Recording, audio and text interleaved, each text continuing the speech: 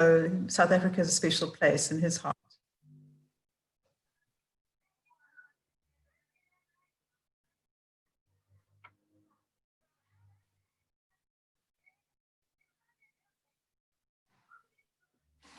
Thanks for hanging in there.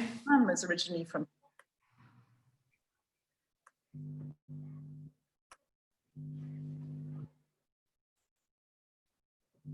Okay, I'm back. Hello, Trevor.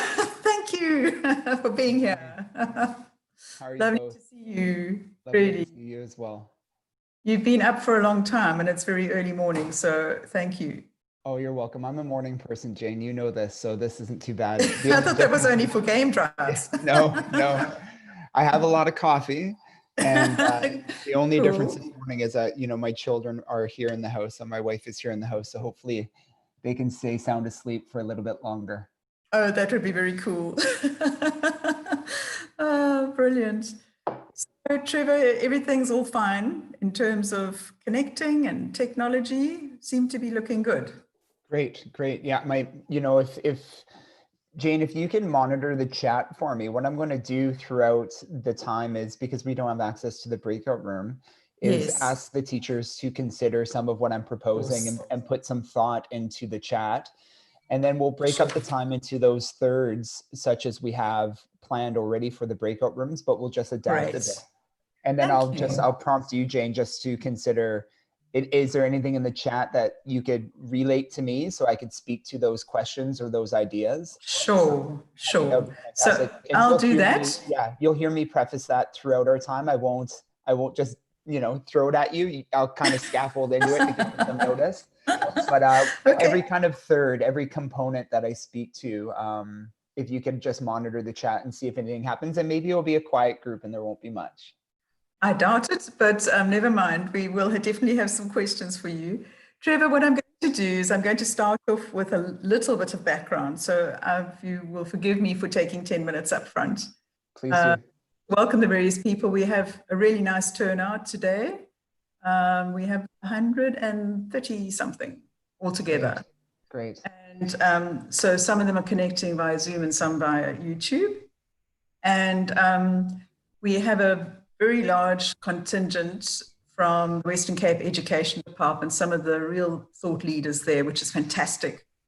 And in fact, one of our trainers also is now with the Western Cape Education Department. So that's been really wonderful. We have some new timers. We have some people who are in our network and we've worked with them for several years. So it's a really nice mix in the community that is attending today. Great. Yeah, very excited. Thank you. Likewise. Oh, you're so welcome. Background stuff that's gone on. No problem. It has to happen. And I see that you're recording. Is it possible for me to get access to the recording? What a pleasure. Yes. Yeah, that'd be great. Thank you. Yeah. It's something that I could download, and if it's possible, I may chop it up into little spices for other pieces. So Dan, if you could provide me some access to that in the coming week, that would be fantastic. Will do, Trevor. That's great. So we now have 6 minutes to go. Is that right? We have 5 minutes to go. Okay. We have so far 10 attendees. They are coming through slowly. So okay. Yeah. 11. Wonderful. So they are coming through here. Yes. And brilliant. we have 2 people on the YouTube channel right now. So yes, fantastic. Really, really awesome. Yeah. So, Trevor, as I said before, I really can't wait for you to come out here in person again, and we'll just have to see when that will be. We'll be not patient. If, but when. Yeah, we'll be patient. It'll happen once things are safe and travel. Exactly. And the climate has to be in which all this can happen again. It's going to take a little bit of time for it to bounce back, but yeah, thank you for that warm invitation. And of course, I'd love to come back and work with you further, of course. Yeah, so would we. We really would. So, and this time it won't just be Johannesburg, it will be Durban and Cape Town as well. So yay, amazing, yay. Amazing. Yay. Yeah. So it's such an interesting time that we're in, where we don't know for sure so many things. And, you know, it's very much underpins the work we're trying to do to really prepare kids for uncertainty. And, you know, one of the definitions of of habits of mind is knowing what to do when you don't know what to do. And we are kind of having to put that into practice ourselves, because we have to work out what to do when we really don't know what to do. Absolutely. Absolutely. Yeah. And it's uncomfortable, and it's also a great learning experience, and you don't learn when you're too comfortable. So No, you're absolutely correct. kind of have to practice what you preach, have to care what you ask for. Yep. Yeah, who could have anticipated these last 3-4 months and you know the shift we've all had to make and continue to make Yeah. practice, Absolutely. but also in mindset and yeah, you know, I've had to make some significant changes to how I support schools, but it's still allowing me to do that good work. Yeah, work for with those sure. kids. It's different, For sure. but it's happening. And So that's great. that is really great. Yeah. So we're also very excited to be in this space. And as you know, we've had quite a steep learning curve. Yeah. And that's great. We certainly, there are things we've learned that we will know for next time, which Yeah. is brilliant, really brilliant. Yeah. So I'm glad I could help you go through that process. It's exciting. that's the name of the game. Yeah. Yeah. Brilliant stuff. And is my sound okay for both of you, Dan and Jane? The sound is okay from your side from my volume? It sounds fine to me. And Yes, it's fine. yeah, Dan, you're going to have to tell us. All right. So for So far, all good. the people who have registered so far, who come online already, can they see all three of us? Yes, they can. Oh, good. Okay, everybody. For those of you who are there already, this is Dan the man, who has just been on a roller coaster ride with TSSA and really helping us do what we do, so that we have a good online presence. And he can be very, very proud of having created our TSSA Thinking Zone, which you'll hear more about.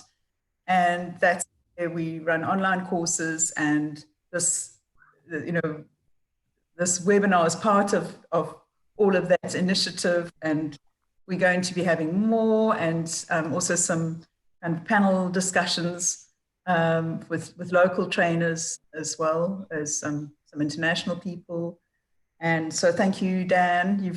I know you've been through the mill, and it's not over yet. So thank you. Yeah. Starting, yeah, it's just starting. With 1 minute go, I'm gonna put my video off and. Okay, so say again goodbye to everybody, Dan. So wave at them. So Dan's the guy to talk to with any questions. Okay, so you're still on my screen, nice and big. That's great. Okay, so I guess we need to give it a minute or two before we start. That sounds great.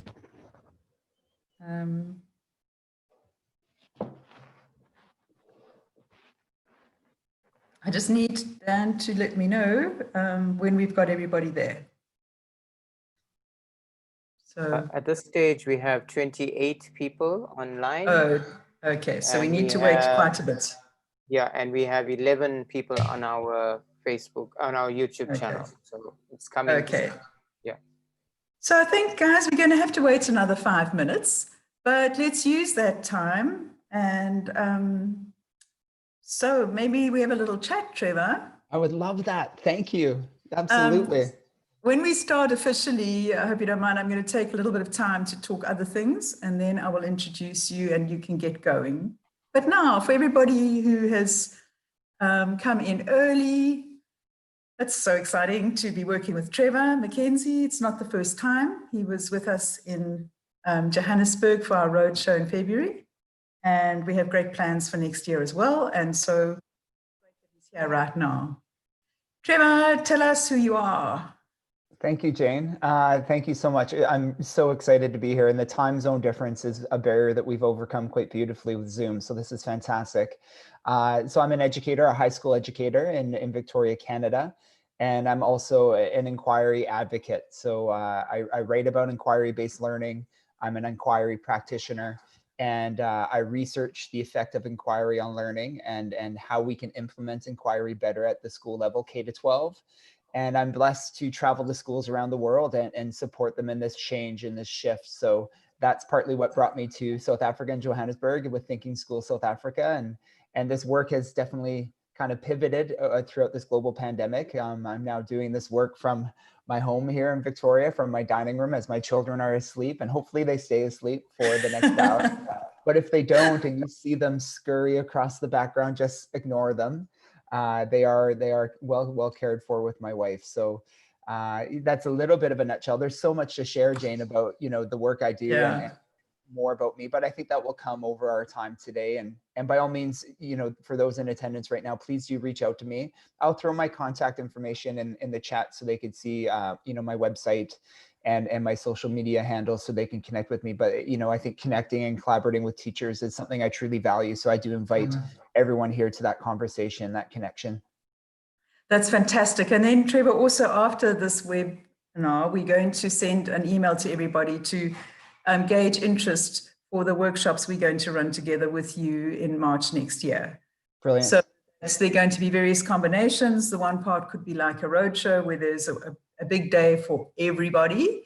And then we're going to invite the schools that want to say, okay, maybe a couple of schools get together for an extra day, which would be a little bit more directed to their specific needs, or even just for that particular school. So we have various options that we would like to offer them. And we don't know, of course, whether you'll be allowed to get here in March. But we can plans anyway. And if we have to postpone it a little, we will. And if you can't be here in March, we will definitely do something electronically and wait for that next step. So either way, there's an opportunity for South African schools and TSSA schools to work again in more depth with Trevor. So I'll put that email out and to gauge that interest for next year.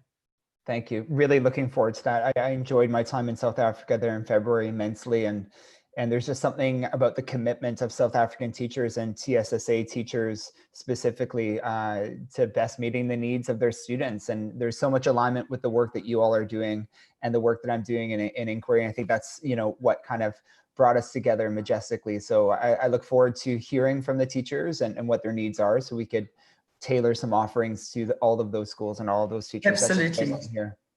Absolutely. And I just have to tell you that Sean Creamer is online. Yeah, I said hi to Sean. He's in the chat. Who brought us together. Thank you, Sean. Yes, and also for all Sean. the technical support. Much, much appreciated. So I need to find out from Dan if we should get going. Are we still waiting for people? Jane, we are on 42 right now. So they are coming in. Okay. What one do we at a do? time. So Do we wait another few? Can we give them 10 minutes? I'm happy to do so. You have my time and absolutely, Jane, there's no rush for us to begin. Let's give it some time. And if you'd like to just either turn off the cameras or we can continue to chat more, it's totally up to you. And let's just give people a few more minutes here, 10 minutes to come in. Sure. Because we have a really good turnout. And we've actually, people have been fighting for places. So let's make sure that they can be there. So we'll just keep chatting for another 5 or 10 minutes. And Dan, I think once we have about 75 people or so online, then maybe we can start. But I'm sure they're all just coming in right this moment. So that's really exciting. Yay. Thanks, everybody. I'm enjoying your messages as well. Lovely. Yeah.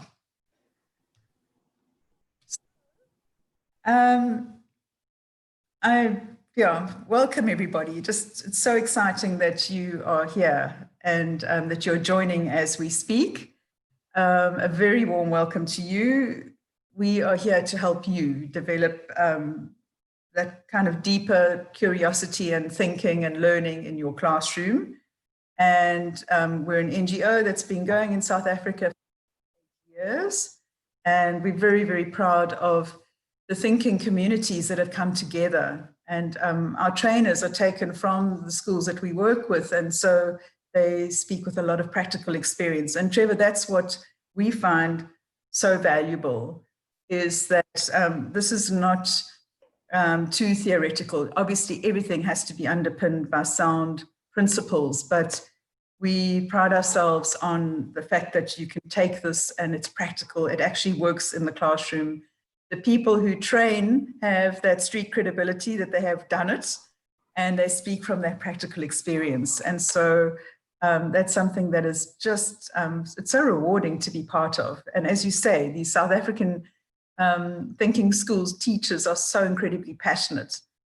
And for me, that's the thing that gets me out of bed in the morning. It's so inspired by them, and to help connect our collective genius and passion, and to see how we can support each other. So we don't just train, we build an ongoing relationship. And so once a term in each of the major centers, we have what we normally call a network meeting to continue that journey and to enrich it and to encourage a lot of collaboration. And so this webinar today is actually taking that space where we would normally be meeting face to face in 4 different centers across South Africa. So very exciting, very, very exciting. Thank you for being part of our journey, Trevor. And I know we're looking forward to a lot more. Yes. Just to let you know who we're expecting today, we've got quite a few Thinking School South Africa regulars. So people we've known for a long time, and you met quite a few of them when you were in Johannesburg in February. And we also have some first timers, which is magical. So we would love to get to know them better and see what their particular interests are. We have some TSSA trainers. So not only are they in our community of practice, but they also train for us in specific areas where they have great practical experience. We have 2 TSSA board members who I think have joined us already. I haven't seen the list. Dan is looking at that. And we have a great contingent from the Western Cape Education Department.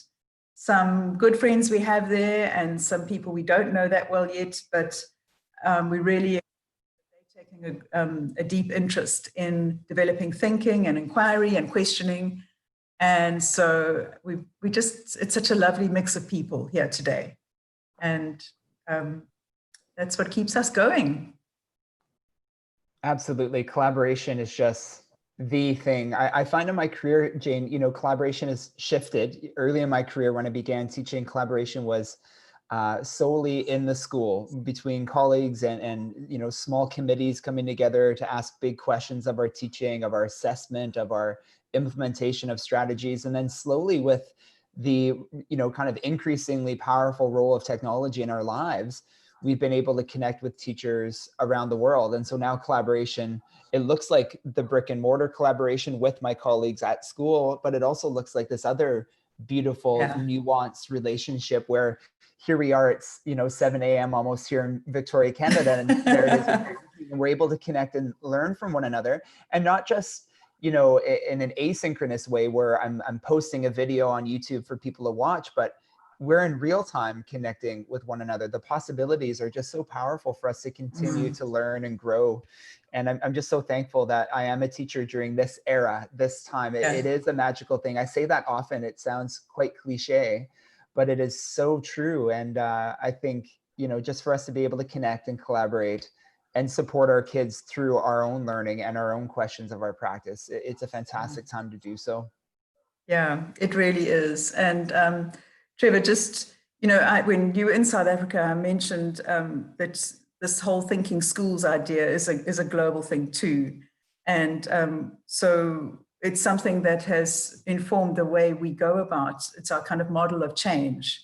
It's one thing to train, but it's another for implementation to happen deeply and for it to be open to continuous learning. And so that's something I would like us to chat about more. In fact, somebody else who's keen to give us a webinar like this is David Hiley, who invented the thinking maps that we use a lot. and is also heads up the Thinking Schools International.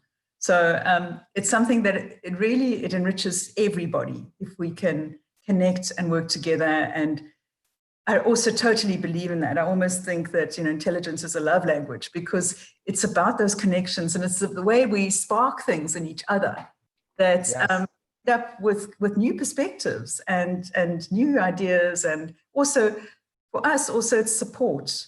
Sometimes it's actually emotional support, because it's a tough world, and being a teacher is a really tough profession. And there are times that you want to do great things, and you just need to know that there are other people who hear you, and who have been through those challenges as well. And that kind of idea of sharing in community is so important. It is. It is. You'll have to invite me to David's webinar if he ends up doing I one. will. I would I love to definitely be a will. participant. And it's so For funny sure. that so many times we are students ourselves, aren't we? And so to ask to be a guest on a webinar, to watch and learn from someone else, I think that single trait, you mentioned a culture of learning earlier, and I'll speak about some of the research around that with regards to inquiry. But I think that specific trait for any young teachers, new to education, new to teaching, any advice I could give is that, practice lifelong learning, practice continuing to reflect on your teaching practice, research, become informed and collaborate, and then return to the classroom. And that cycle of learning, if we're living and breathing that and coaching that, our students in turn will be similar learners. They'll be lifelong learners that are looking inside to come back outside. And I think I'm so glad you mentioned that. It is a language of love. As soon as we met Jane face to face in Johannesburg, we started talking education, and we didn't stop for the days that we were together. And it really did fill my bucket. And I think, again, the power of connection, to be able to chat with people around the world and think big about our practice, because sometimes we can't connect with a teacher in our school for various reasons. Maybe there's a difference in values, or a difference in subject areas, or a difference in time. Sometimes we can't connect in school because we just don't have the time. And so for us to be able to find time here in the virtual landscape, it's so rich. And this time together in this webinar is reflective of that. Absolutely. Very, very special. Yeah, absolutely. So, Dan, how many do we have? 52. Okay. So, I get quite twitchy because I spent a few years working in Germany and I'm always very pünktlich now. So I'm always wondering, when do we actually start officially? So 3:30 is 3:30, but maybe it is, isn't it? Yeah, it is. And I'm very flexible. I have a beautiful view of my garden. It's a little bit of a gray day here today in Victoria, but the day is just starting, so maybe it will change. Okay. And both of my sons are now on our summer break. School is done for the next 2 months, so we have a lot of fun little trips planned, and they did return to school. So I don't know what the climate was like in South Africa, but about a month ago, kids were invited back to school for the last month of the school year, and they were invited back in a part-time basis. So our children went back just for 2 days of the 5. And some families, children of essential care workers, were invited back for the full span of the week. So you kind of had 3 cohorts of kids. You had 2-day week, two cohorts of 2 days a week, 1 cohort of full day a week. And I guess you had a 4th. You had some families who kept their children home and wanted to learn remotely. And so it's been quite a juggle for teachers here in British Columbia to plan for all of those realities. And now looking ahead for September, teachers here are exhausted. You know how it is getting into break. You just want to kind of unplug and, fill your bucket, so to speak. But looking ahead to September, we don't know what that will look like yet. And although time is on our side, we just don't know what the reality is going to be in terms of, will we be brick and mortar with all of our students, or will we have to do some kind of blended model, virtual and face-to-face? So, our Ministry of Education here in British Columbia, they're kind of planning for all scenarios, but one piece that's been overarchingly successful in our implementation during this remote learning has been the option of flexibility and choice at the school level. So giving schools opportunities to survey families to discover and unearth what works for those families. And so you even see school to school to school doing things quite differently, because the families are saying, these are the challenges we're facing, these are the realities that we're facing. So tailor an offering to that reality. And that's been a blessing for us here in British Columbia, to have that kind of that flexibility and choice at the school level. Yeah.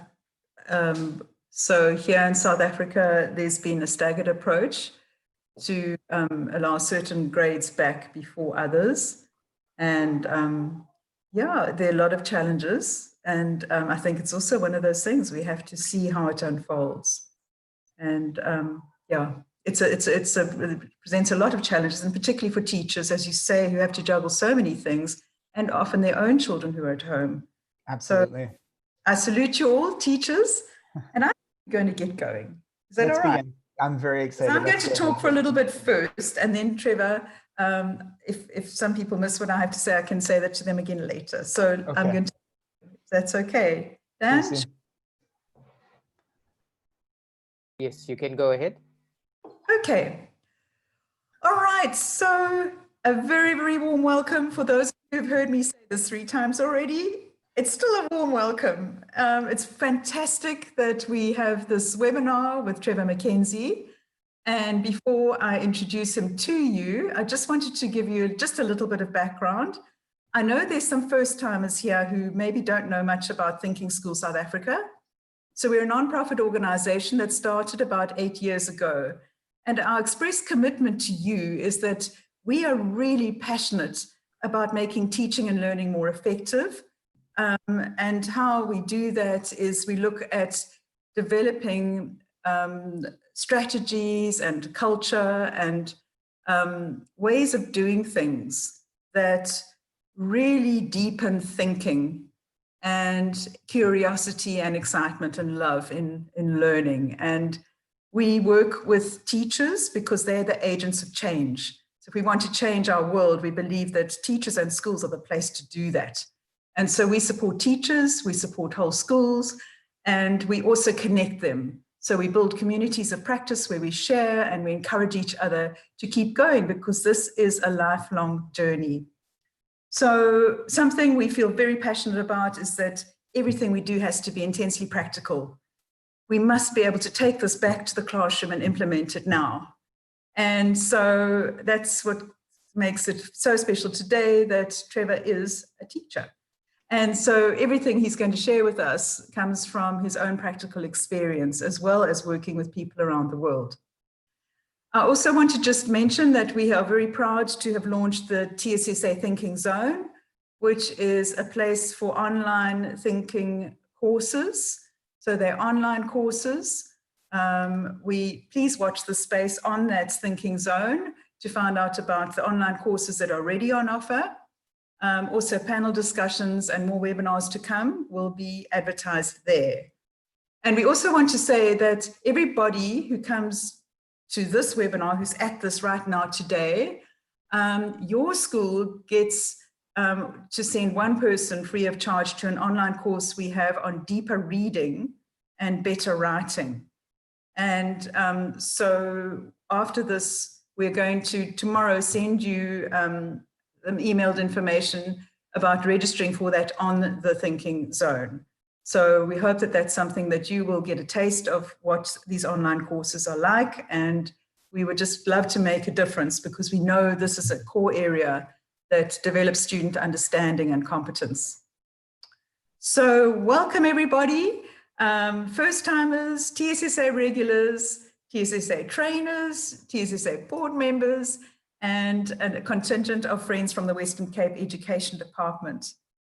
And I want to acknowledge Dan once more, to say Dan at TSSA has just been an example of someone who's plunged into a learning pit to work out how we're going to transform in a virtual environment. So great thanks to Dan. And a very, very warm welcome to Trevor McKenzie. He is a friend of TSSA, a personal friend as well, someone who is very keen to come back to South Africa and do work with us. And watch this space on that. We will email you. We don't know when it will be possible in a face-to-face context. We are hoping for March, we'll see how that goes and we'll keep you informed. Whatever it is, this is not the last you'll see of Trevor.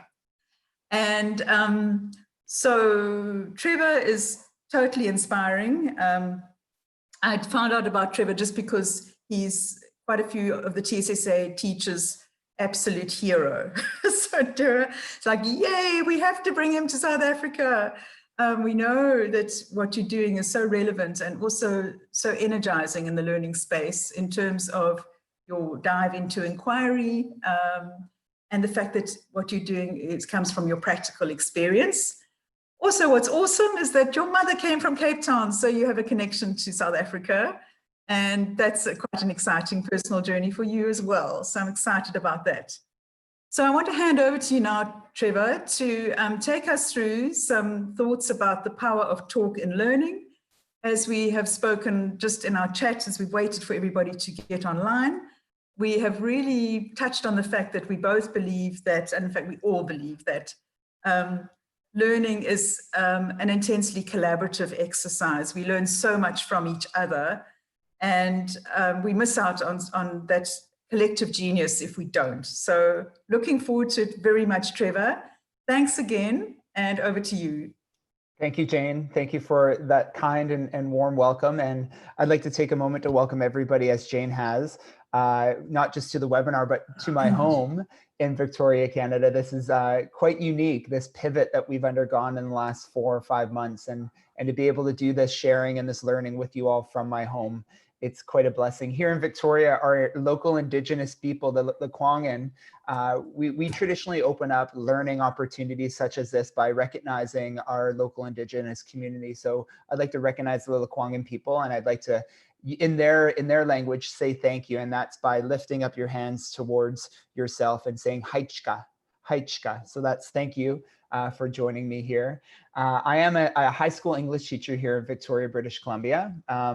Definitely found my calling, found my passion, and feel like just very fortunate to do the work that I do with students, but also with teachers. Over the last dozen or so years, I've slowly began to share what inquiry looks like in my classroom with other teachers. And it's slowly grown into this amazing opportunity to go visit schools around the world. So I teach a little, and then I go and travel and support teachers in their teaching. And so that's what brought me to South Africa in February. And now I'm doing a lot of this in the virtual landscape.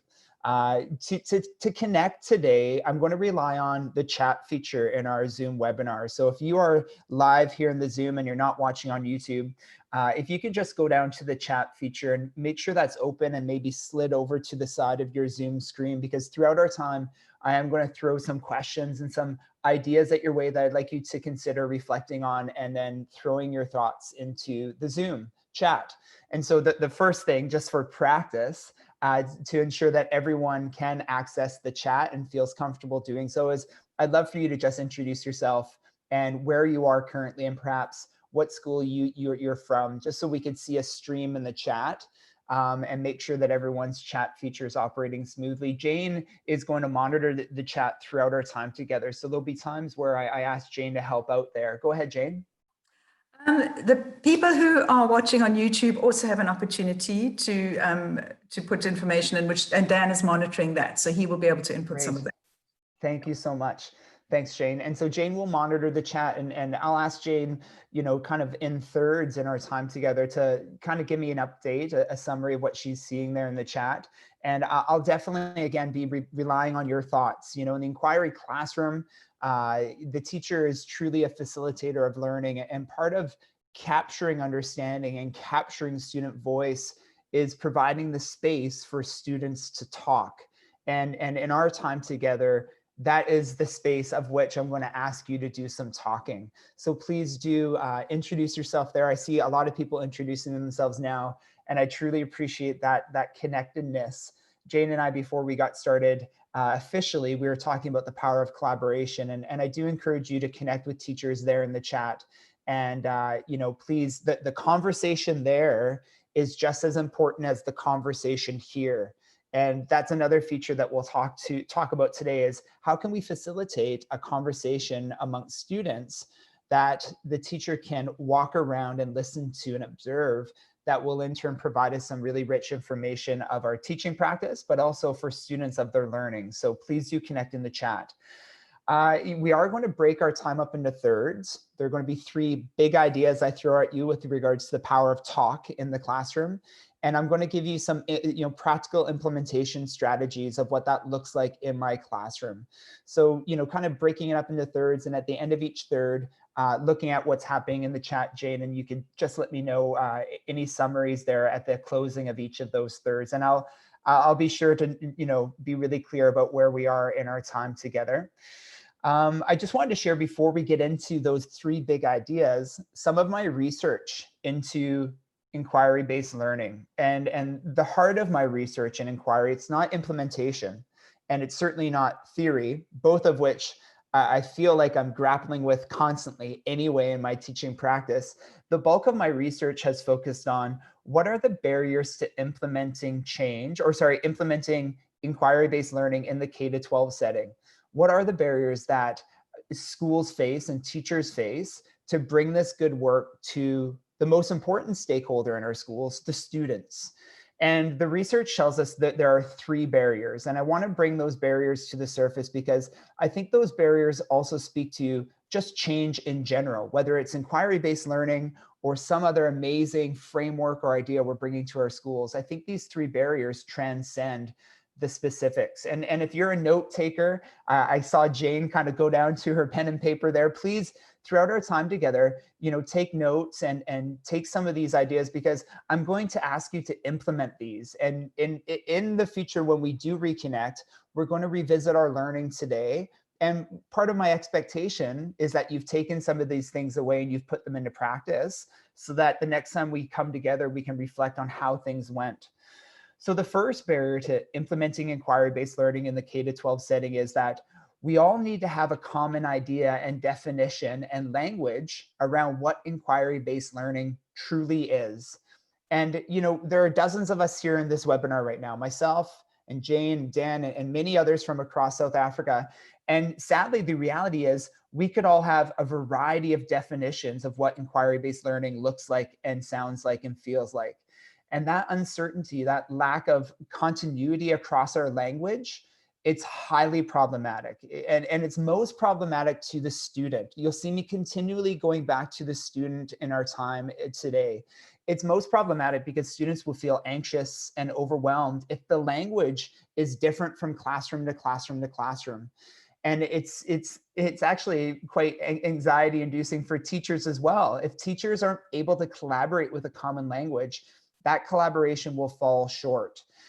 The research around the impact, the effect of inquiry on student learning, it's broad. One end of the research tells us that inquiry is highly effective. It's fantastic for learning, achievement increases. The other side of the research tells us that inquiry actually has a low effect on learning and it lowers achievement. And both research ends are true. Both are relevant. How can that happen? How can the research say 2 different things? It's because the research is talking about 2 different types of inquiry. It's because the language across that spectrum is so broadly used and diverse that we're not even talking about the same thing. We're talking about 2 different types of inquiry. You can go to my website, friends, trevormackenzie.com, and these are pieces that we can throw into the chat. Maybe that could be Dan. If I do give any contact information throughout, Dan, if you could throw it in the chat so people can find me there, that would be fantastic. trevormackenzie.com, and you'll see a bunch of amazing school posters, sketch notes that I encourage teachers print off and bring into their schools to collaborate and connect on, both as a staff and with students, to provide that common language. So that's the first barrier, a common language. The second barrier has to do with resources, and that teachers need to have a variety of rich, authentic, and supportive resources to bring this good work to their schools. We just can't have a principal stand up in front of a school and say, we're going to be an inquiry school. You're all going to be inquiry teachers. Now go and do it. This can't be good work that's done off the side of teachers' desks. We need resources. My books are resources, absolutely, but my work is a part of a vast, deep body of work. Inquiry isn't anything new. It's been around for decades. And this rich research and these books, these are all resources that I suggest teachers who are looking to deepen their understanding of inquiry explore. You know, resources also include time. You know, do teachers have time to connect and collaborate? You know, offerings such as this TSSA offering, a webinar, that's a resource that brings us together to deepen our learning. So if we're talking about adopting inquiry, we need to ensure teachers have the resources. All the strategies today I'm going to provide, those are the resources. Those are where the rubber hits the road, so to speak. This is what it looks like and sounds like and feels like in the classroom. The third barrier has to do with a culture of learning, a culture of inquiry. And what I mean by that is, if we want student agency, if we want students to be inquirers, we also have to have teacher agency, and we have to have teachers as inquirers, teachers as learners. And this speaks to a culture of inquiry, because if teachers are asking big questions of themselves, if teachers are being reflective and being, you know, really teasing out their teaching practice, like, let's unpack what we do and why we do it and how we can change. If teachers are doing that, students are going to do that. Guy Claxton is an amazing educator of Europe. I often say, if I could be anybody when I grew up, I want to be Guy. And Guy has written dozens of books, and he's very well informed, and he's an inspiration. And Guy Claxton loves to say, if you want it, coach it. If you want curiosity, you have to show curiosity. You have to put words to our curiosities so students can in turn see that. If you want inquirers, if you want questioners, we have to model that. And not just in our practice in our classroom for our students, but when our students aren't there. We have to be curious about our own teaching. We have to be curious about why we're doing things the way we're doing them. And can we make small shifts to continue to improve? And so that third barrier, I say that I think that's the biggest one. You know, when I visit schools that have really embedded authentic and sustainable inquiry-based practice, it's because they are a culture of learning, a culture of inquiry. And so those three barriers, I'd like you to consider, you know, reflecting, and we won't throw anything into the chat, but it's a nice transition into the first big idea that I'll share. But I'd like you to consider thinking of your own school. Where are you with regards to grappling with those barriers, whether it's with regards to inquiry or any other change that your school has undergone in the last number of months or years? Do you feel like there's a common language that all teachers are using with regards to this change? Have you felt well supported? Have you felt that you have access to the things you need to bring this good work to your students? And then lastly, is there a culture of learning in your building? Is there a culture of learning in your organization?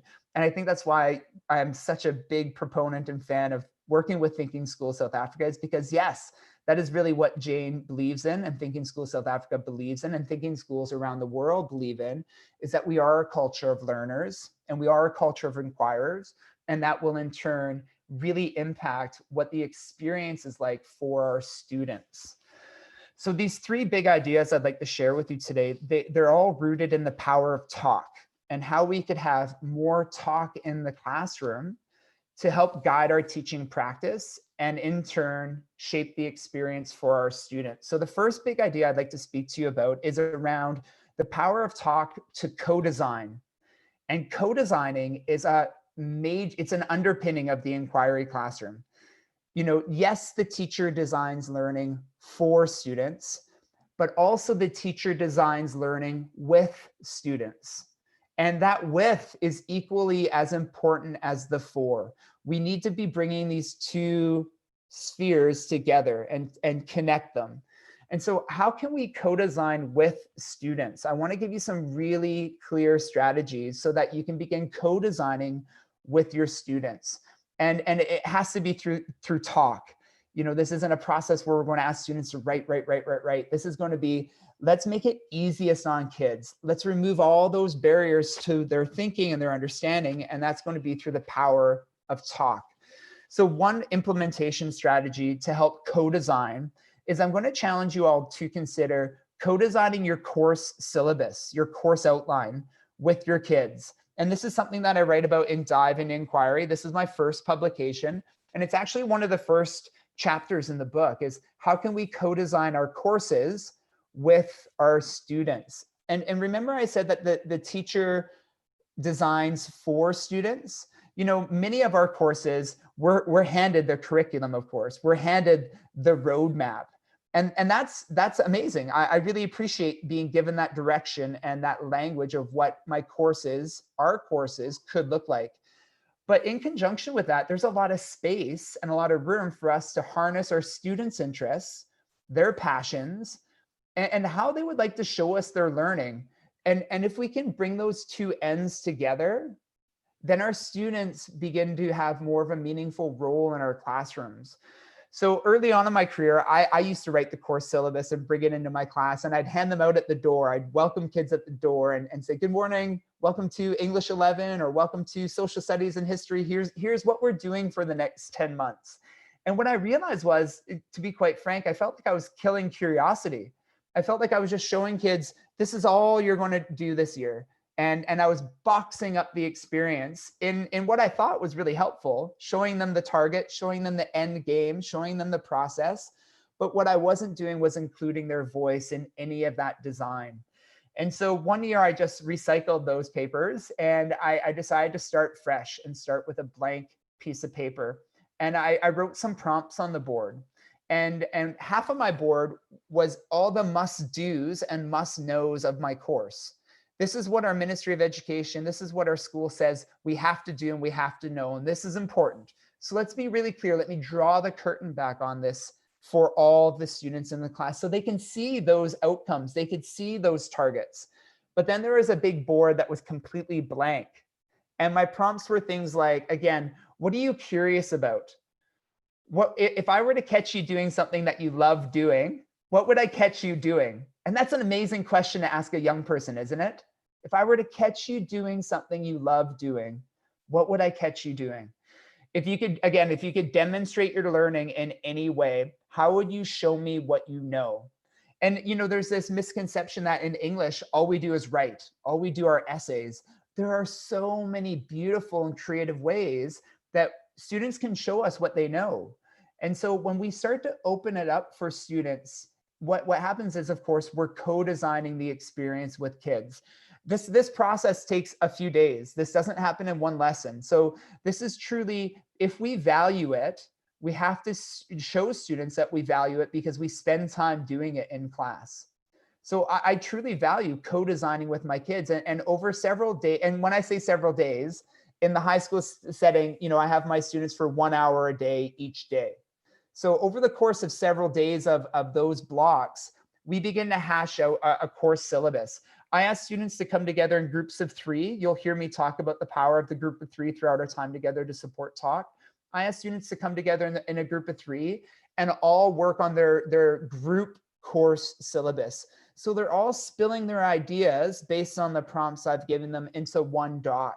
And then what we do is we slowly share each of those course outlines with other groups so that a group of 3 joins another group of 3 and they look for similarities and differences. And they add those differences to their own syllabus so that what we end up having is one syllabus that reflects everyone's ideas in the classroom. And then, of course, it has to be combined with those must-dos and must-knows on the front of the room that I provided and that our Ministry of Education provided. What ends up happening is students understand from the very first moment they walk into the classroom that their voice matters and that I and we value who they are as people and as learners. Unpacking who they are as learners for themselves is the thing in the inquiry classroom. If our students leave their time with us at the end of the year not understanding themselves better as people and as learners, this is probably the most strict thing I'll say. I feel like we're doing them a disservice. I feel like we're letting them down.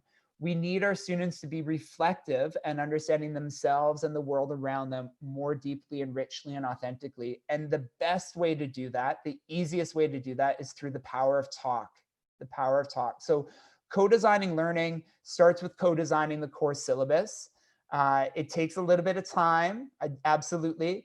The end product is what I send home to parents. So typically parents at my school, they expect the course syllabus from all of the classrooms to come home on the first day. My principal expects my course syllabus several weeks before the school year begins.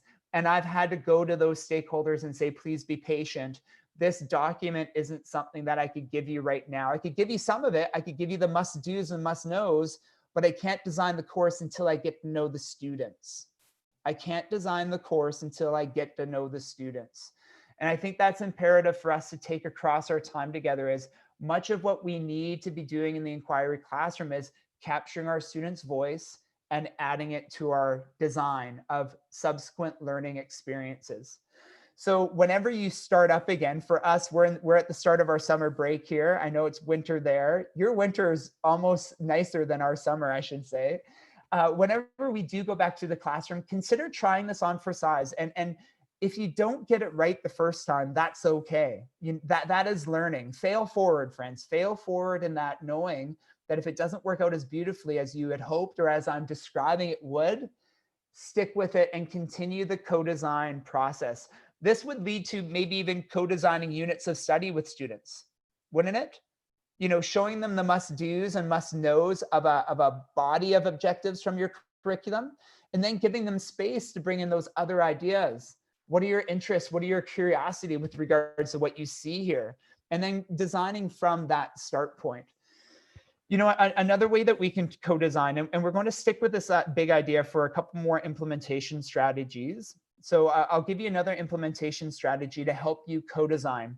And this is another activity that I do earlier in the year. And this is another activity that I outline in Dive into Inquiry. Is I put up a prompt on the board and I ask students to go back to groups of 3. And just so we're clear, those groups of 3, I don't assign those. Students can select who they'd like to work with at any time. Because even the most energetic, loud group of boys, I want to go differentiate with them. I want to go work with them. I want to personalize and sit with them. And so I never assign the groupings. I always let students come together. English as a second language learners, students in my classroom who have come to our country from other areas in the world, many teachers, the misconception is, I don't want those students working together because they're just going to use their translators and they're not going to speak in English. And I say, let them work together, because they're all using similar strategies to overcome barriers that they're all experiencing. So giving students agency over choosing their grouping is really important. So going back to the prompt I write on the board, the prompt is this: what does really amazing teaching look like? What does really amazing teaching look like? And I ask my students to tell me. I say, I bet you've seen some amazing teaching and I bet you've seen some awful teaching. And I'm going to ask you to remain professional. And I'm going to ask you not to use any colorful language. And I ask you to talk in your group and brainstorm, spill all of your language onto a piece of paper as to what amazing teaching looks like. Because I've been a teacher for 20 years, kids, and I want to be better for you. I want to hear what that looks like. And I want to adopt what it is that you need from me, because it's not going to be you coming to me and changing for my ways. I want you to understand that I'm going to change to best meet your needs. And I tell you, I see some amazing things. I have some ideas of what they're going to say, and they always surprise me. So this process doesn't look like several days of building on this idea as the co-designing of the course syllabus would. This could be done in a 30-minute, 45-minute activity where students are in those groups of 3s and they're writing on one master paper, but they're only writing what they're talking about. So again, the power of talk. We need to get them talking and then throwing their ideas down onto that paper. And then we look for common threads across what it is that students are talking about. I just want to describe what the space looks like, friends. When I do this with my hands, coming together as a group of 3, what they're doing is they're turning their desks into one another. They're turning and so the space, maybe you have a classroom of rows. Imagine all of a sudden all those rows turn into little pods of 3.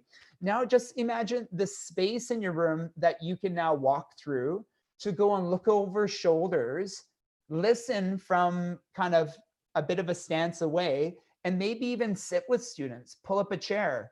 you know that feeling from the other side of your classroom where you could tell on the other side of the classroom that students need you. And so you can get over there and sit with them.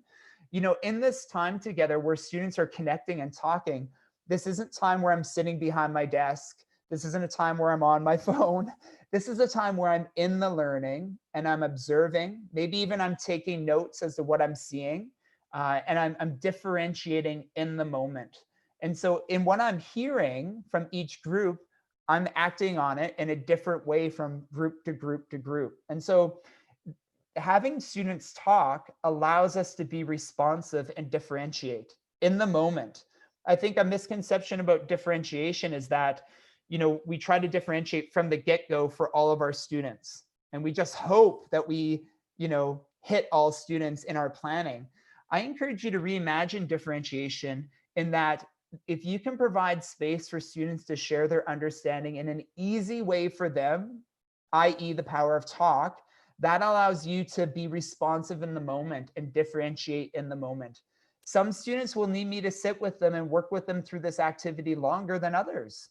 Some students will need a little bit more guidance, and that's okay. And that's the power of talk, is being responsive in the moment, being responsive in the minute to minute to minute that you're seeing and watching and observing. And again, this big idea of what does really amazing teaching look like? I have to admit, the first couple times I did this, I was really uncomfortable. I was worried about what my students would tell me, partly because I was worried that I couldn't give it to them. If I'm saying I want to be the teacher you want me to be, but then I don't live and breathe that promise, I feel like I'm disappointing them. I also felt really vulnerable. What if they said something that I do, or I don't do? Really good teaching looks like, using technology in the classroom all the time. I love it when teachers use technology. And what if I'm not that teacher? What if I'm not adept in those tech tools? Okay, now the challenge is I have to live up to that. And that was a hard hill for me to climb, getting over that uncertainty and that lack of confidence. But I just wore it on my sleeve with my students. I said right away, there are many things up here that I do already, and there are many things up here that are going to challenge me, and I'm going to try my best. And these are going to be some of my teaching goals this year. I'm going to use this to guide my teaching goals for you. And I'm also going to ask you to set learning goals for you. And I want your learning goals to be really personalized. And I want your steps moving forward to be things that are authentically yours, really relevant to you. And so a part of that is providing the space for students to talk. If we're going to ask students to have agency over learning, we need to give them space to talk and make some decisions. Agency is decision making. Agency is giving responsibility to our students.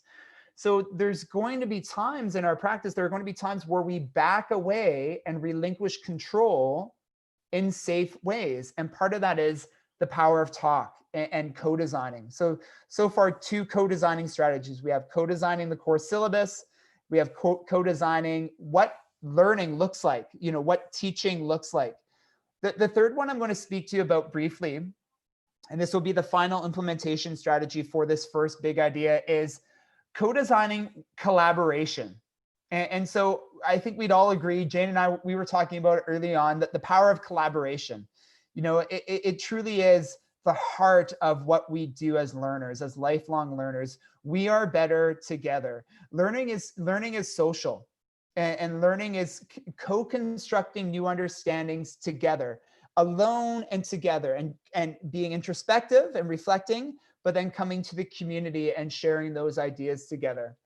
And so how do we co-design collaboration? How do we ensure that when students are collaborating, there's a certain amount of agency, but also rigor and expectation in that collaboration? Because I'm sure you've all experienced bad collaboration in the past. There's that funny joke where, we're in a group project. It's not a joke, it's a bit of a reality. We're in a group project and one person ends up doing all the work, but everyone gets the same mark. Like that's not authentic or valuable to each individual. How can we tailor collaboration to make it more meaningful and authentic? So I often ask students, and I'll describe the exercise to you. I ask them, what does really good collaboration look like? let's make a list of all the things good collaborators do. What skills, assets, competencies do good collaborators have? And again, group of three, they come to that group of three. So you can see the routines, can't you, friends? You continually see me do this. And my students see it. Eventually it's sign language. When they see me do this in class, they know it's time to come together in a group of three. And I asked them to discuss, what does really good collaboration look like? And what assets, what skills do good collaborators have? And we make a master list on the front board where I ask them to share out and lift up, and we make a big list. And I tell you, students are amazing. They always surpass my ideas of what this could look like. Oftentimes I have, 25, 35 ideas up on the board. Things like, organize. Good collaborators are organized. Good collaborators listen as well as lead. Good collaborators are empathetic. Like, how beautiful is that? And then I ask students to do a diagnostic, based on all these amazing things they've brought up. What do you do well? What are the things you do really well? Give yourself a score out of 3. 3 being you do it amazingly, 2 being, nah, you sometimes do it, and 1 being it's not really part of your skill set as a collaborator. And go through that whole list and rank them 3, 2, 1. And so students make their own little diagnostic. They write down all those skills on their own piece of paper. And then I ask them to connect with their group. What were your scores? What were your strengths? And what are your stretches? And I love that phrase, stretches, right? Like, let's stretch our ideas. Let's stretch our capabilities. It's not a deficit mindset. Learning isn't, you're a D student or you're a 0. There are things that stretch each of us as learners. So what are your stretches here? And then I ask them to identify 3 and 3. Identify 3 strengths, 3 things that are part of your collaborator tool belt, and 3 stretches, 3 things that you would like to work on improving through your future collaborations. And these 3 stretches are going to be 3 goals that you're setting for yourself for the duration of this collaboration. And then I ask students, once they've identified their 3 strengths and their 3 stretches, I ask them to go and get up and find a new group that they're going to work with for the next, few days or weeks, or maybe even a month, depending on the length of your collaboration that you've planned with your kids. And I ask them to ensure that whatever their stretches are, they're teaming up with someone who has one of those stretches as a strength. So if I'm a student and I've identified active listening as a stretch, something I'm not very strong at yet, I need to find someone in the room who has that as a strength. And that's how we come together as a group of 3, in that my stretches are going to be lifted up by my group's strengths and vice versa, so that we each have something to contribute to this group. Imagine the talk in the room. Imagine the activity. Imagine students standing up and taking their little reflection to others. And then eventually when I say, okay, let's have a seat in your new group, imagine the different feel of collaboration now, how relevant it is to each individual student, because students have had bad collaboration themselves. They've been in groups where, either it wasn't intriguing, it wasn't inviting, or they did all the work. How can we reimagine collaboration so students can come together and actually co-design what their future collaboration looks like? I mentioned to you that these 3 stretches that each individual student identifies, they're going to be their goals, their personalized goals for the duration of the collaboration. I include those 3 stretches on the report card at the end of the term. I say, your son or daughter identified this, this, and this as their personalized goal this term in their collaboration. And then I give them some feedback on how that went. So my responsibility now is to support each student in strategies to implement each or improve each of their stretches, so to speak. This co-design, I began this big idea with identifying the fact that this is an underpinning of the inquiry classroom, co-designing, and the teacher facilitating opportunities for students to come together and using their voice, co-designing what learning could look like. We talked about co-designing the core syllabus. We talked about co-designing what kind of a teacher students need. And then we talked about co-designing collaboration. There are many more ways that we can co-design. We'll talk about a few other ways the power of talk could help us shape our assessment practice, and one of the other big ideas we covered today. But what I want to do now, Jane, is just give you a moment to let me know how the chat's been. that was the longest big idea we'll unpack. So forgive all the talking at you. That's not really my style as a teacher, but I did want to give you a lot there at the beginning. So Jane, how did the chat go? Okay, Trevor, a couple of things came up. For instance, there was some question about why 3. You obviously have a particular reason for saying that 3 is a good number for a group. I love that question. Yeah. Achieve that in a situation where we have social distancing and also in virtual spaces. And part of this group of 3 as well is, do you require students to choose different partners? And I'm assuming that question means over time. I know you said they need agency to choose who they work with, but is there, do you encourage them over time to change their partners?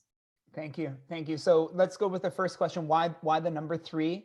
And the research tells us that when students are in larger groups, some students will dominate that larger group, you know, the large voice or the need to be a leader, right? That feeling of, okay, someone needs to take charge here, so I'll be that person.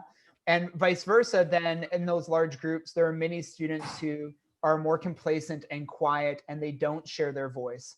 So we don't want to go too large. We don't want to have too many opportunities for certain voices to dominate, but also certain voices to be hushed. And then vice versa, we want that magic number of a variety of perspectives and voice. And so I just don't think 2 is enough. I think 2, there's not enough of a stretching of ideas or thinking, or maybe a little bit of challenge from your group mates. And so the research tells us that 3 or 4, that tends to be that magic wedge in between those 2 ends of the spectrum. So, you know, if we don't have a number of students in the class that allows for 3, obviously there may be a couple groups of 2 or a couple groups of 4. I always have students, perhaps they trickle in a couple minutes late or partway through the lesson, and I don't have a group of 2 to put them into, so they join a group of 4. So that's one reason. Or that answers the first question or speaks to the first question. And then the second point is, do I ask students to change their group across time? And, you know, I was thinking as you were asking that, Jane, and I think early on in my career, I did. I think early on in my career, I asked them to rotate often. And I think now I think last year in teaching, I let students sit with their peers that they felt comfortable with as long as they wanted throughout the year. And I think that's because I think of a few really vulnerable students, and I did this for them. You know, those students who really needed safety and support and some control. I did that for them. And those students who excelled in maybe being willing to be with different groups every single day or every couple of weeks, you know, definitely I wasn't thinking as much of those students, because I feel like those students were going to excel anyways. No matter what group I put them in, they're going to do really well. I was really thinking of my vulnerable students and how much routine they needed. And, you know, I'm sure you've had students like that, you know, those students who are exceptionally shy at the beginning of the year, exceptionally quiet. And slowly, as we peel back the onion and slowly as we build relationship, they began to show themselves to you and to their peers. And those are the students who will benefit the most from that routine. And as we all know, you know, Thinking School South Africa, thinking maps, thinking routines, the opportunity to revisit and reconnect through routine, it builds confidence and it builds trust. And so that's why, you know, I think the last few years, I haven't done that as much shifting. And if I do shift, it's through that power of collaboration activity where they're really unpacking who they are as learners, and they're coming together as a new group through that really authentic self-assessment. That's when I ask them to change it up. I'm just thinking, was there another point? Jane, you can go ahead. As I yes. Okay. So Trevor, as you've been speaking, a few other comments have come through, and the one is about from what age would one encourage this group of 3? And also, what happens in a second language classroom where it is just a little bit more difficult perhaps to express and perhaps have the confidence to participate to the same level? And the other conversation that's popping up quite a bit here is, you know, what about in a virtual space? Because this is where we are Yes. at. Yes, and thank you for that one. foreseeable future that's going to be relevant. What is just quite interesting from my perspective is one of the people we've worked with is Belle Wallace, and she has a model of problem solving called thinking actively in a social context. And in her work, her research, she was also saying, after if you get more people in a group than 4, you find the engagement of each decreases quite significantly. Or you will find some people really not buying in anymore. So it's really supports what you're saying. Small, thank you. better. Thank you. Yeah, I appreciate that. So let's touch down on those 3 points you just raised. You know, at what age or what grade could this group of 3 in this model begin to work? You know, I visit a lot of schools around the world, and I observe a lot of teachers teach. And I think that that's an amazing opportunity to be invited into a classroom and being asked to provide some feedback on what you see. And the power of talk with the littles, the primary, or sorry, the pre-K, the kindergarten, the grade 1, that looks a little different. And oftentimes what I see is carpet time where kids have come together and they're all talking and the teacher's facilitating. And so the group of 3, it's not as strongly scaffolded, I'd say, with the kindergartners and grade 1s. I think this is something to introduce maybe partway through grade 1 and into grade 2 and grade 3. You know, I've seen some amazing teachers with pre-K, kindergarten, grade 1 facilitate talk where they're all coming together. And the amount of questions teachers ask students, I think that's a pivotal piece in talk. If you want questioning, you need to coach questioning. So if a student raises a point or a statement, turn it into a question. And whatever the thinking routine is that you're using with your students, model it, you know, repeat it, revisit that language that we use. We're modeling it for our students. So I think it definitely looks a little different for the littles, and introducing it maybe, you know, grade 2 for sure, maybe partway through grade 1. As we see halfway through the year, our students, they come with a certain higher level of readiness, don't they? Like partway through the year here, it happens over Christmas. You know, we start school in September and then we break come December for Christmas break, and they come back in January and it's like a light has gone on and they're just ready. So really looking at what that readiness could be for your particular classroom. The second language example, that was an important one. And I think it's important to recognize that in the second language environment, whatever we're challenging our students in doing and talking about, it has to be at or slightly above their kind of language level or their language capability. We always want to be raising the bar and challenging our students. Never do we want to lower the bar, right? Expect less from them. But in that specific setting where they're coming together as a group of 3, they have to have the language to utilize that, absolutely, or slightly above that language. So in that scenario, I think there are a few tools we can adopt. You know, I see teachers provide the language on the board. And as they're walking around listening, they can help students by pointing to the language on the board so that they come back to their group and they use the language that they're seeing up there. So it's the constant prompting from the talk to almost like the menu of language, if you will. And so I encourage you to make your thinking visible as educators. Make your thinking visible. So if you want them to be using that language, but you're not making that language visible to them, let's remove that barrier and put that language on the board. And that language, it's not just the specifics of a second language. It could be anything. What's the language of the math lesson you're teaching? What's the jargon, the vocabulary? Let's make that visible so that students can be using that language in their group of 3. You know, speaking of the virtual landscape, Jane, did you want to go ahead? Did you have something to add there before we go to what this looks like in the virtual landscape? No, just another question has just popped up now, and it comes after this. I can share it with you now if you like, just to put on your list. Yeah. We're intrigued that when you ask what does amazing teaching look like, how do you manage conflicting ideas within a class as to what that would be? You know, different pupils will have different needs and so on. They do. Yeah, that's a great another question that's just popped up now. So yeah, I love that question. Thank you, whoever raised that question. That's the power of differentiation, isn't it? In that we need to be different things for different students. And if a student needs a certain level of technology in their practice, but another student doesn't require that. My responsibility is to provide a little bit of both. And so there is an incredible amount of flexibility that is being demanded of us to be able to provide both. And it's not, I don't feel like it's more work for me. I'm not working harder. I feel like I'm actually working smarter.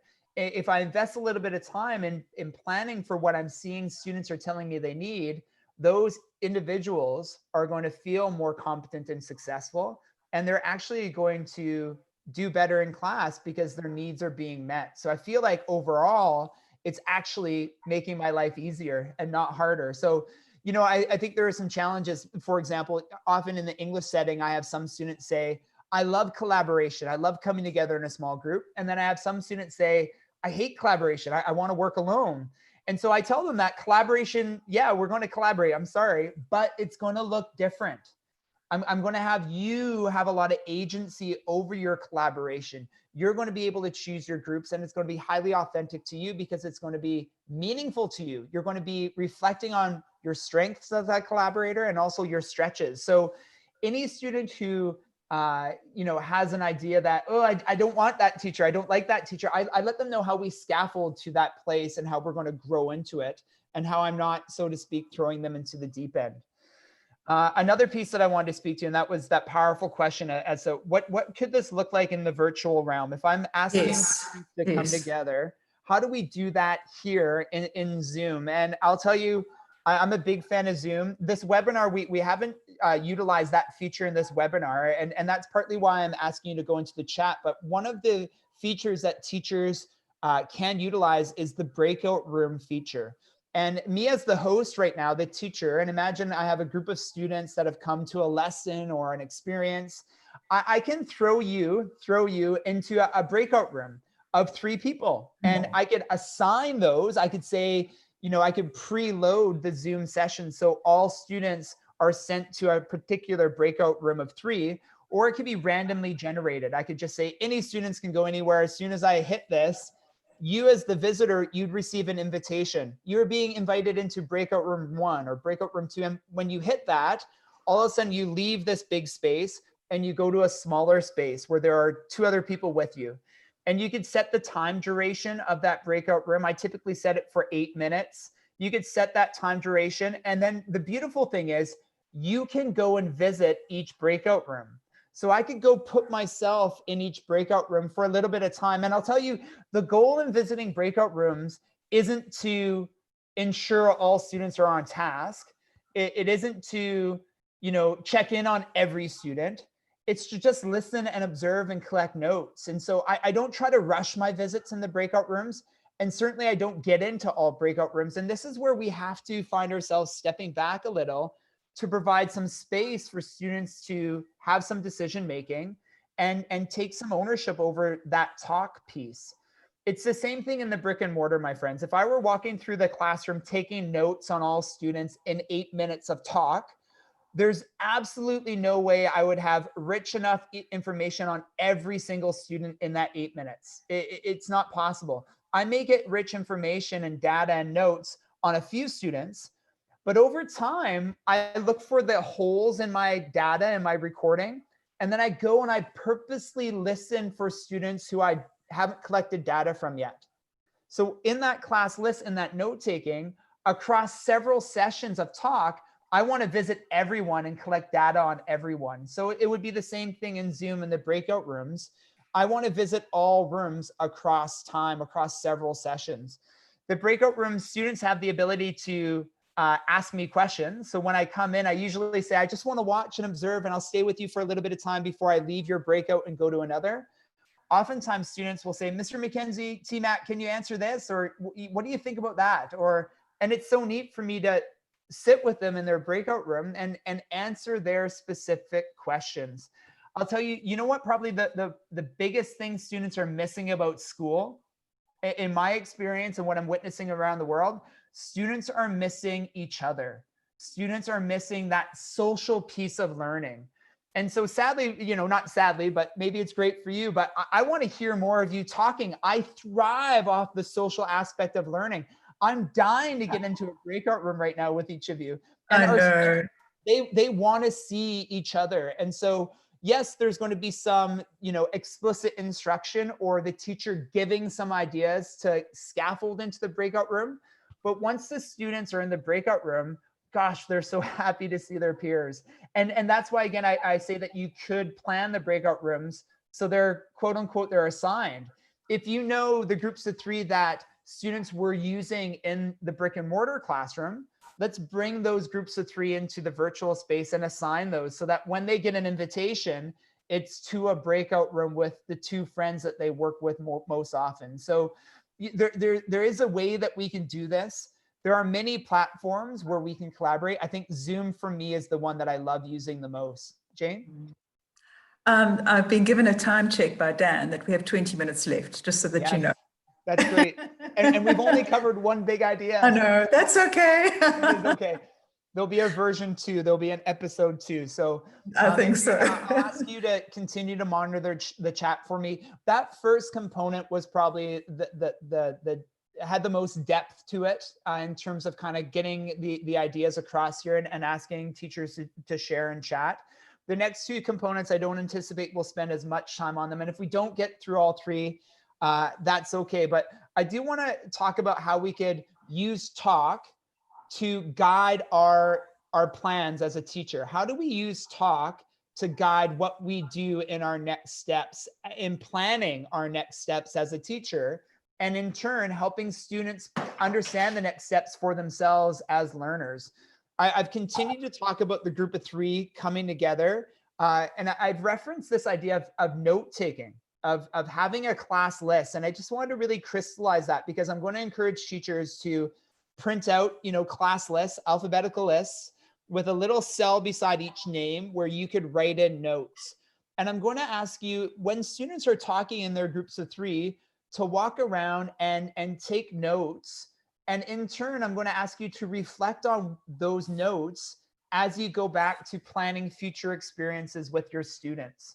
And be really explicit with your students, letting them know that, what they're talking about is going to guide your instruction, your planning. And just as, giving students a test would or a quiz would, that lets you know some valuable information about what your next steps are. The talk is really important to us. The talk allows me to understand you better, understand yourselves better, and in turn, allow me to plan next steps. So there's no feeling of, Mr. McKenzie has his clipboard and he's coming around. Oh no, it's, wow, he's coming around and he really wants to hear what it is that we're saying.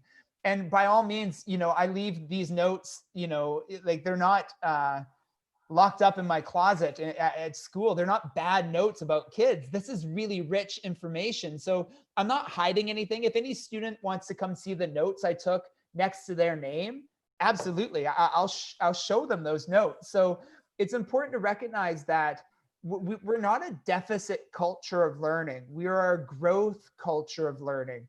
And I'm not putting a number next to a student. I'm not putting a grade next to a student.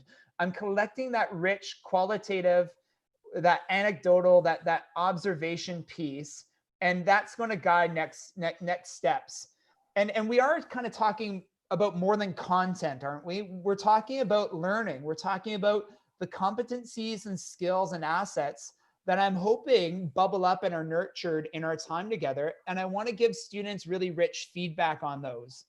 We talked about the power of co-designing collaboration and students identifying their 3 stretches. Maybe I've written those 3 goals students have set for themselves underneath their name. And so as I'm observing, I could give them really rich, meaningful feedback, personalized feedback on those 3 goals they've set for themselves. So if I come to a student's group and I see that a student's goal was active listening, and I see them doing that thing, I want to, yes, give them praise, but I want to get more specific and tell them what it is that I'm actually seeing that lets me know that goal is being met. I could talk about their body language. I could talk about how they're sitting at the end of their seat and they're leaning into the conversation. I could say, I saw you taking notes when your peers were listening. I saw you ask questions to get more out of your peers as you were listening. I really want to tailor the notes I'm taking, not just to guide my practice, but to inform my students of their understanding of themselves.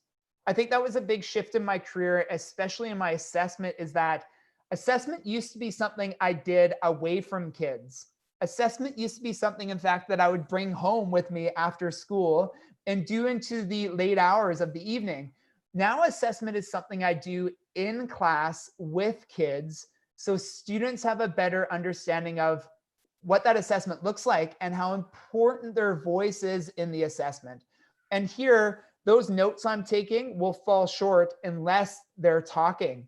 So really scaffolding into the talk and being intentional that I'm going to take some notes that are going to guide my next steps, and in turn, inform your understanding of yourself as a person and as a learner. Another strategy that I'd like you to utilize to help really inform next steps, and I love this one, is I call it holding up conversations. Holding up conversations. And as I'm walking through the room listening to the talk, if I hear something that I think everyone else in the room needs to hear, I just pause the class. You know, I say, excuse me, folks, I just need your attention for a moment. I just want to hold up this conversation here. And all the students pivot in their chair and they look at the group. And sometimes I scaffold into it and I ask the group first, I say, do you mind if we lift up this conversation so everyone can hear what you're talking about? I never put students on the spot in that manner. And then I essentially, we role play the conversation I was hearing. And I say, could you repeat what you were saying before I stop the class? And what happens is there's a certain amount of direction that is shifted by holding up that conversation. There's something that is said or being done that is going to benefit everyone in the room or the majority of people in the room. You know, the more I hold up conversations, the more my students understand that their talk is important. And that's a neat piece. Students need to understand that I value their voice. And when I hear and I hold up their voice in a really safe way, you know, perhaps the most unsafe way we can hold up voice is asking students to do a class presentation in front of 30 of their friends. You know, that anxiety, you get the sweats of speaking in front of people. Imagine scaffolding into those presentations through these little groups of 3 throughout the year, and the safety and the trust that is fostered, and then slowly lifting up voices throughout the year so that when they are asked to present in front of everyone, imagine the confidence and the trust, and then the clarity in your assessment of that presentation because you've scaffolded talk throughout the whole year. So this is kind of that fishbowl kind of theory, isn't it? Where, you know, we've got the students in the fishbowl and we're all going to gather around the fishbowl and watch and listen as we hold up this conversation. I encourage you to do the same thing. As you're walking through the room, are there items that you want to hold up that will benefit others? One of my biggest pet peeves in the classroom is repeating things. Like, oh my goodness, you know, how many times do I have to say that again? Or how many times, you know, have I referenced that in the past? Why aren't we getting there yet? And I think part of it is because I'm having that conversation 30 times with 30 different kids. Why didn't I just hold up that conversation once? The very first time it happened? Why didn't I just hold it up so that everyone else in the room can say, oh, I get it now. Ah, that idea. Okay, that's where we could go to next. And I'm sure you felt the same way. And so lifting up conversation allows us to steer the learning ship, so to speak. It breeds confidence in kids, absolutely. And it guides next steps for everyone in the room. And it gives them that voice. You know, one more implementation strategy here in terms of how I could collect the data to guide next steps. I call it speed geeking. You'll have to forgive me. It's a play on speed dating, right? That philosophy or that framework, sorry, where we're rotating quickly through a variety of potential partners. And speed geeking is kind of the classroom equivalent. And it could look like many things structurally. In my classroom, what it looks like is 2 circles, of chairs, and students are sitting across from a desk of one another. So 1 circle of desks and a chair on either side of the desk. And I give students a prompt and I'll say, for the next 3 minutes, you're going to talk about this prompt. And then I'm going to say rotate, and the outside circle is going to rotate a few chairs over. I'll let you know how many chairs. So in the next 20 or 25 minutes, you're going to be talking to a variety of people in the room. And it's only going to be for a few minutes. And I'm going to give you some feedback between each round. Maybe I'll lift up different conversations during the round. But the point of this is to adapt throughout the rounds. So how you're speaking and how confident you are and how you're actively listening in the first round, it should change round to round to round, because you should become more adept. You should become stronger as you see more people. As we hold up conversations and what it is that's happening in the speed geeking, that's providing you some valuable feedback to do something different in the next round. So sometimes I leave the same prompt for a few rounds. So what it is they're talking about is the same, but how they're talking and connecting on it should be different, because they are reflecting on how it went the first time and then the second time, and in turn. Imagine the difference in assessment, my friends, if we assessed the last round compared to the first. And I think this is critical in terms of the power of talk. You know, if we always assess the first goal with no scaffolding, of course we're going to have a deficit. Of course we're going to have students who believe that they can't do it because we haven't nurtured opportunities for them to improve and reflect between that first assessment and the last assessment. And so those spaces in between where we're providing feedback and holding up and sharing examples, now imagine the rich assessment at the end and how much clearer it is for us, how much more authentic it is. You know, we're de-muddying the waters for our students and they're actually improving. So I think the first assessment matters, absolutely. Getting a snapshot early, but understanding that that snapshot is going to be quite different than the one at the end. And our feedback in between is going to allow that one at the end to be stronger. And then we need to honor that one. Like, let's get rid of that number, the first one. Why does that number even matter anymore if this is where our students are at? If this is the gold standard, if they've hit the mark, then it really begs the question, why is that number in our gradebook anymore where they perhaps didn't do it as well as they are later on in learning? Speed geeking is really timely. We're not talking about speed geeking for months. We're talking about speed geeking for minutes. So students are reflecting and they are on it and they're doing it and then they're acting on it again. And you know, obviously we'll do this activity throughout the year, but that timely feedback, that responsiveness that gives them the opportunity to do something different next, students need to really understand what growth mindset looks like and what perseverance looks like. And so we need to give them opportunities where they can grasp it, they could see it, they could feel it. And it can't be this nebulous thing at the end of the year, you know, 10 months from now. It has to be moment to moment to moment in learning. And the only way that's possible is if we harness the power of talk. And I've done a lot of talking here in this webinar.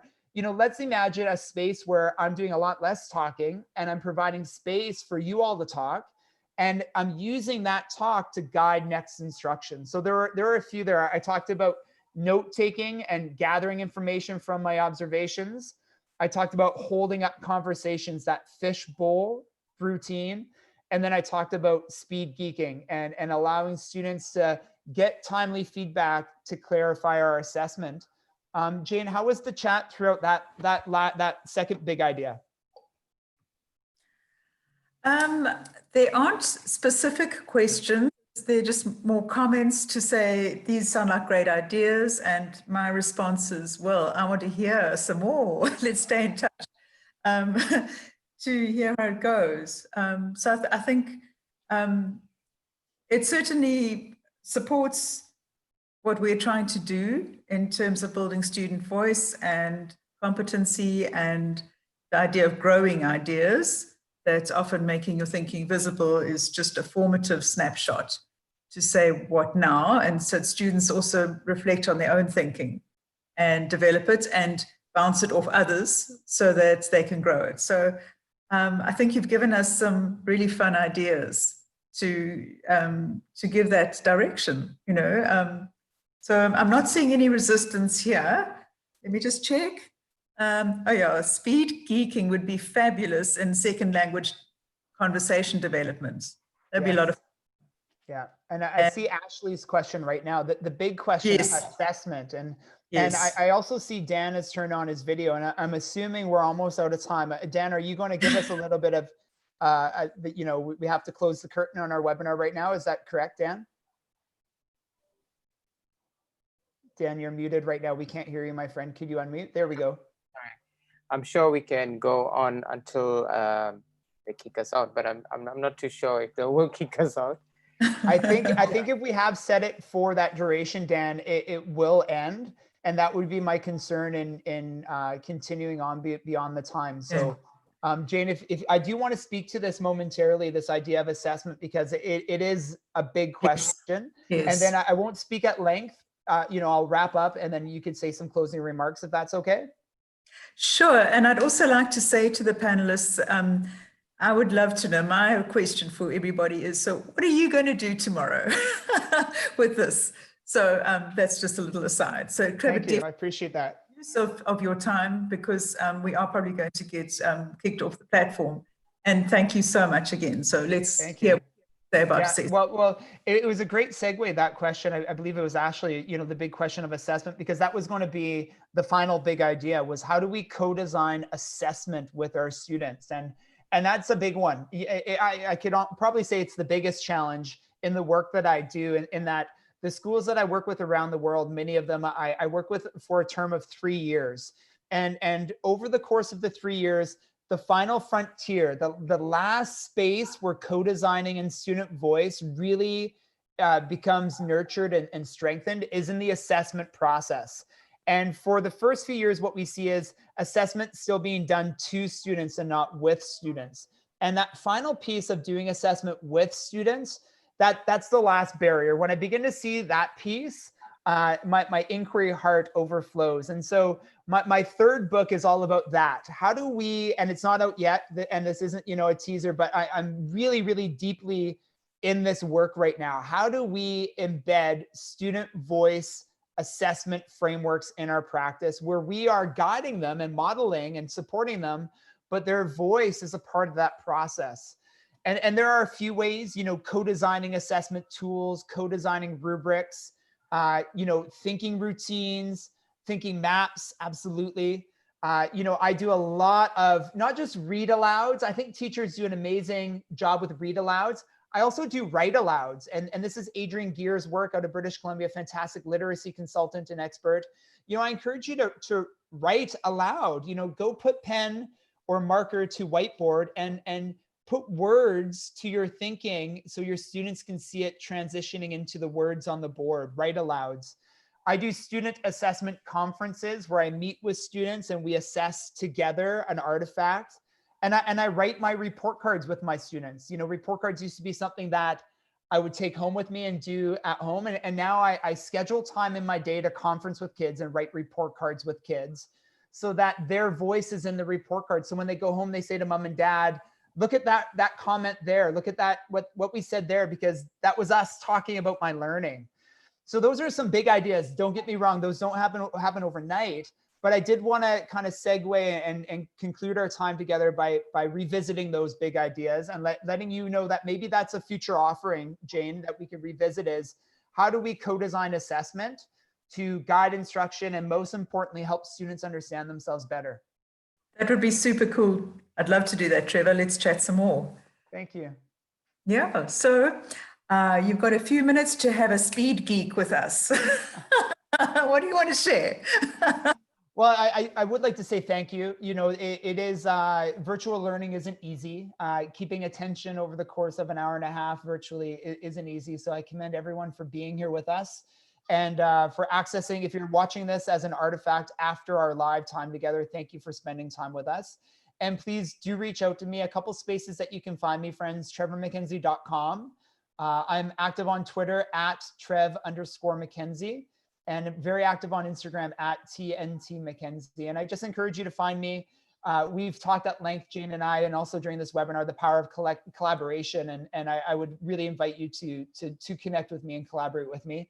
And whether it's face-to-face or virtually, I look forward to learning alongside with you in the future. Fantastic. And I will keep all the panelists informed of our plans for you to work with TSSA, virtually and or face-to-face. So we do look forward to that a lot. So thanks so much, Trevor. And yeah, thank you, Dan, for holding the reins there. So thanks so much. We'll be in touch. Somebody has asked here, please provide the Instagram account again. Yeah, it's at TNT McKenzie, TNT McKenzie. And Jane, perhaps if you are going to email out the attendees, this is information we can include in there. I'm happy to email those 3 locations to you, and that way. Fantastic. Find them. Fantabulous. Wonderful. Thank you so much. And thank you everybody for your time at this really, really challenging juncture where you really are pushed to invest time. And so it's been awesome that you've been with us. Absolutely marvelous. There are lots of thank yous streaming through here, Trevor, really from all of us. We're really grateful for this time, and all the best. See you. Likewise, very grateful. Thank you, everyone. Thank you. Bye. So just to remind everyone, have we finished, Dan? Everyone's gone. Everyone's leaving one by one. Okay, that's fine. No, we'll email everybody with more information and also how they can